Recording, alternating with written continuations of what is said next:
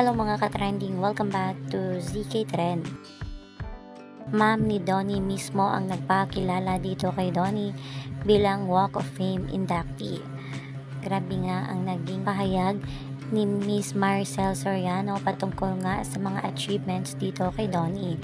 At syempre, marami ang kinilig sa naturang speech ni Miss Maricel Soriano dahil sinama pa nga sa kanyang speech itong ating Belle.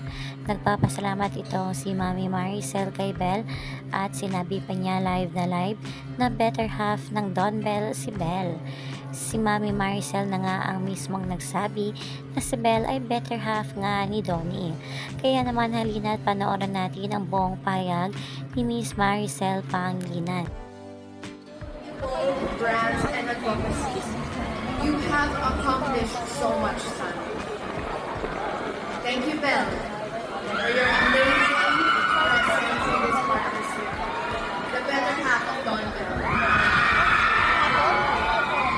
Donnie, this is not just an award for your accomplishments dahil bata ka pa. Marami ka pang maaabot. But this is a standard that you have set, a quality of work by God's grace that I hope you will continue to live by.